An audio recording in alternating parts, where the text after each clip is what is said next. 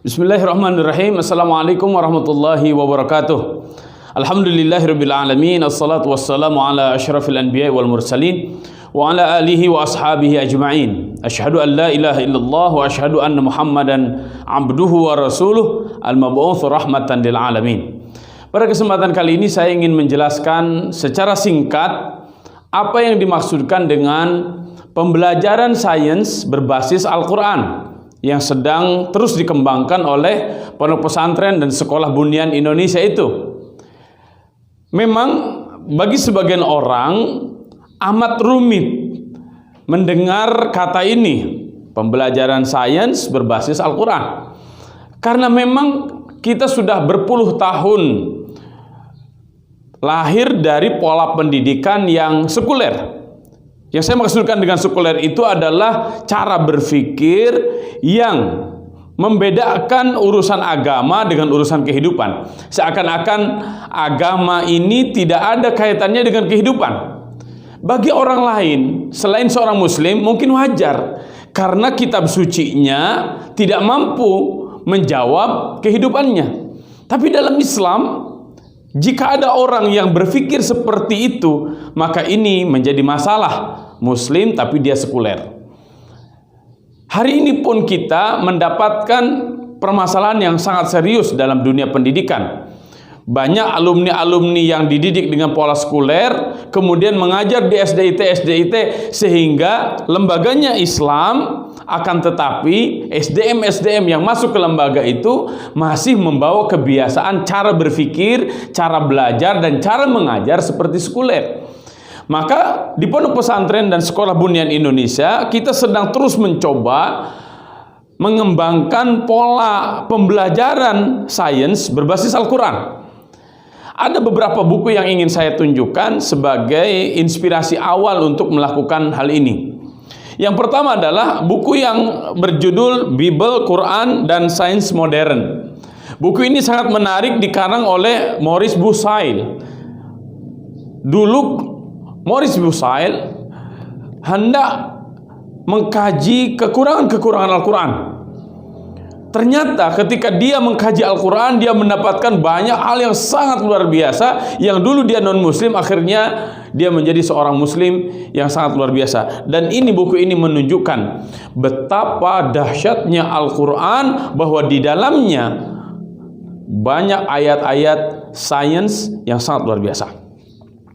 Buku yang kedua, saya baca buku ini berulang kali sejak saya SMP. Buku ini berjudul Mukjizat Al-Quran, ditinjau dari aspek kebahasaan, isyarat ilmiah, dan pemberitaan gaib. Buku ini dikarang oleh Profesor Dr. Muhammad Quraish Shihab, guru saya dulu di Pusat Studi Al-Quran dalam program pendidikan kader mufassir. Buku ini menjadi inspirasi bagi saya bahwa Al-Quran dilihat dari segi teksnya saja sudah sangat indah. Apalagi dilihat dari segi ilmiahnya, sangat luar biasa, bertabur dunia sains di dalamnya. Dan alhamdulillah saya mendapatkan buku ini, Islamic Science, Paradigma, Fakta, dan Agenda. Buku ini diterbitkan oleh INSIS. Dan isinya sangat luar biasa, menjadi gambaran secara umum bagaimana kita berinteraksi dengan Islamic Science. Nah, ada beberapa ensiklopedi yang ingin saya tunjukkan. Pertama, ensiklopedi kemukjizatan ilmiah dalam Al-Quran dan Sunnah. Kemudian ini buku At-Tafsir Al-Ilmi, Tafsir Ilmi, hasil kolaborasi antara para ulama dan para pakar sains.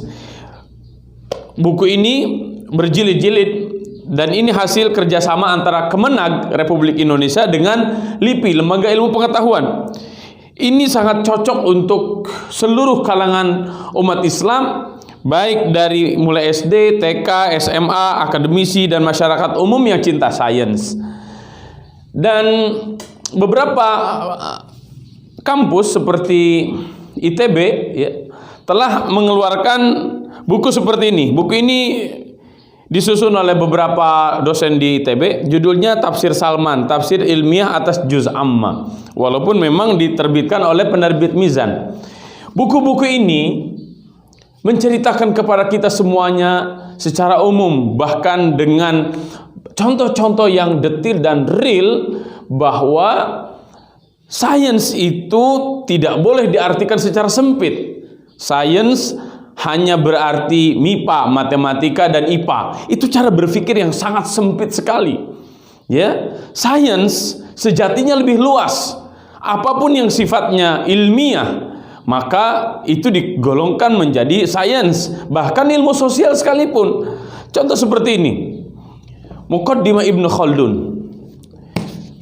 Apakah ini tidak bisa disebut sains? Oh, ini disebut sains, akan tetapi kategorinya adalah social science. Nah, bagaimana cara kita mengembangkan pembelajaran sains berbasis Al-Quran itu?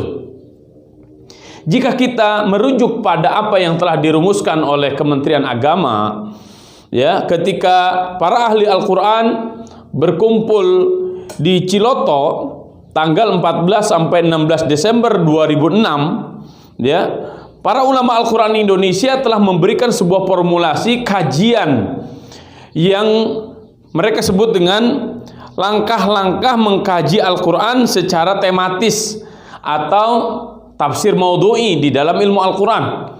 Tafsir maudhu'i ini atau mengkaji Al-Quran secara tematis ini sebenarnya bisa menjadi alternatif metodologi untuk pengembangan pembelajaran sains berbasis Al-Quran. Apa saja langkah-langkahnya? Ada 9 langkah yang ditawarkan oleh para ulama Al-Quran di Indonesia ini. Yang pertama adalah menentukan topik atau tema yang akan dibahas. Ini bisa masuk pada pembelajaran matematika, bisa masuk pada pembelajaran IPA, pembelajaran kimia, pembelajaran sosial, ekonomi, segala macam, ya. Bahkan ketahanan sekalipun, ya, baik ketahanan yang sifatnya ketahanan pangan, ketahanan militer, ketahanan berbagai macam, ini bisa dipilih tema dan kita bisa bedah dengan ayat-ayat Al-Quran. Maka langkah yang pertama yang harus kita tentukan terlebih dahulu adalah tentukan tema. Temanya mau apa? Ya, karena ini memang pendekatannya tafsir tematik, dan mulai SD, SMP, SMA, pembelajaran sistem nasional pun sudah merujuk pada pembelajaran tematik. Maka tema-tema itu kita tinggal pilih temanya apa. Kemudian yang kedua, menghimpun ayat-ayat yang menyangkut topik atau tema yang akan dibahas tersebut. Jadi setelah temanya jelas apa, ya, kita tentukan. Yang kedua adalah kumpulkan ayat. Bagaimana cara mengumpulkan ayat? Apakah dihitung satu persatu? Tidak usah. Sekarang sudah ada aplikasi banyak, ya, Al-Bahith Al-Quran, ya, ada kitab yang disusun oleh Syekh Fuad Abdul Baqi, ya, Al-Mu'jam li Al-Fadhil Quran, Al-Mu'jam Al-Mufakhras li Al-Fadhil Quran. Kita tinggal mencari kata, kemudian setelah itu akan terkumpul ayat-ayat Al-Quran tentang tema tersebut di surat apa, ayat berapa, ya. Ini sangat mudah sekarang. Kemudian yang ketiga adalah menyusun urutan ayat sesuai masa turun. Ayat mana dulu yang diturunkan pertama? Apakah dia Makkiyah atau Madaniyah? Ini surat yang keberapa? Yang ini surat keberapa? Kita tinggal runutkan. Di mana dilihatnya? Ini dilihat dari tafsir-tafsir yang telah ditulis oleh para ulama. Sangat mudah. Kemudian yang keempat adalah memahami korelasi antara ayat. Munasabah ayat ini, korelasi ayat ini dengan ayat sebelumnya, dengan ayat setelahnya, dengan surat sebelumnya atau surat setelahnya. Ini kita bisa kaji. Ya, di antara kitab-kitab yang membahas tentang munasabah ini seperti Tafsir Al-Kabir Imam Fakhrur Razi, kemudian Tafsir Al-Biqai An-Nazmud Durar, atau tafsir yang kontemporer Al-Asas fi Tafsir yang dikarang oleh Ustadz Said Hawa. Ini sangat membantu kita dalam memahami korelasi antara ayat, korelasi antara surat, bahkan korelasi antara juz, dan bahkan bagian-bagian dari Al-Quran 30 juz. Kemudian yang kelima adalah memperhatikan sebab nuzul untuk memahami konteks ayat tersebut. Ini asbabun nuzulnya ada atau tidak? Untuk mencari asbabun nuzul kita sangat mudah hari ini. Kita tinggal ambil satu kitab Asbabun Nuzul yang dikarang oleh Imam Al-Wahidi atau Imam As-Suyuti, dan itu biasanya sudah tercantum dalam Al-Quran cetakan Indonesia dalam versi lengkapnya ya. Ada yang Al-Qurannya, kemudian terjemahnya, dan biasa menyebutkan juga asbabun nuzulnya. Sehingga pembelajaran-pembelajaran yang kolaboratif seperti ini, mengkolaborasikan satu kitab dengan kitab yang lain, maroji dengan maroji lain, referensi dengan referensi yang lain, akan menjadikan kita ketika melihat sesuatu itu secara utuh, kemudian kita bisa mengkaji secara mendalam. Kemudian yang keenam, melengkapi pembahasan dengan hadis-hadis dan pendapat para ulama. Betapa luar biasanya ketika kita mengkaji matematika, ketika kita mengkaji tema-tema yang ada di IPA, di kimia, segala macam, kita sudah mendapatkan referensinya dari Al-Quran, kita sudah mendapatkan referensinya dari hadis Nabi Shallallahu Alaihi Wasallam, dan juga para ulama atau para ahli di bidangnya. Ya, mungkin zaman dulu para ulama dia mufasir, dia muhadits, plus dia seorang saintis, dan ini sebenarnya hazanah kita yang sudah mulai hilang. Nah, kita ingin mengembalikan kejayaan-kejayaan itu pada hari ini, ya, agar Al-Quran dan Sunnah Nabi Shallallahu Alaihi Wasallam yang menjadi sumber kemuliaan dan sumber kejayaan itu masuk dalam pembelajaran-pembelajaran, sehingga kita bisa lebih maju. Sebagaimana penemuan yang dilakukan oleh Tim Wallace Murphy ketika dia bertanya, what Islam did for us? Apa sih sebenarnya sumbangsi Islam kepada kami? Maka Tim Wallace Murphy melakukan kajian secara mendalam. Akhirnya Tim Wallace Murphy mengatakan, Barat tidak akan maju seperti ini jika Barat tidak pernah berinteraksi dengan ilmu-ilmu Islam. Ternyata kemajuan Barat itu karena mereka berinteraksi dengan peradaban Islam sebelumnya. Hanya saja Barat mengambil dari segi teori-teori saintifik yang terus mereka kembangkan, akan tetapi mereka tidak mengambil Al-Qur'annya. Nah, kita ingin mengambil Al-Qur'an, mengambil penemuan-penemuan, kemudian kita kaji, kita godok, kita perdalam, sehingga semakin bertambah ilmu, semakin bertakwa kepada Allah Subhanahu wa taala. Tidak seperti ini, semakin pintar tapi semakin rusak akhlaknya, semakin pintar semakin jahat karakternya. Islam akan menjadikan kita sebagai bingkai, agar dengan ilmu yang kita miliki, kita dibimbing oleh wahyu ini semakin mendekat kepada Allah, semakin beriman, semakin bertakwa, semakin tawadu, semakin merendahkan diri di hadapan Allah Subhanahu wa taala. Karena memang di awal pembelajaran, hal yang pertama dan paling utama diingatkan pada diri kita dan murid-murid serta santri-santri kita adalah niatkan ikhlas karena Allah, mengkaji segala sesuatu untuk lebih mendekatkan diri kepada Allah Subhanahu wa taala. Kemudian yang ketujuh adalah mempelajari ayat-ayat secara mendalam, dikupas dari berbagai sisi ya, ayat-ayatnya, kemudian konteksnya, teksnya, konteksnya, pendapat para ulama tafsir yang lain, kemudian dilihat dari sisi-sisi yang lain pula. Kemudian yang kedelapan, menganalisis ayat-ayat secara utuh dan komprehensif dengan jalan mengkompromikan antara yang am dan yang khas, yang mutlak dengan yang muqayyad, ya. Karena satu ayat dengan ayat yang lain itu sejatinya saling menjelaskan, saling menguatkan. Inilah uniknya ayat-ayat Al-Qur'an.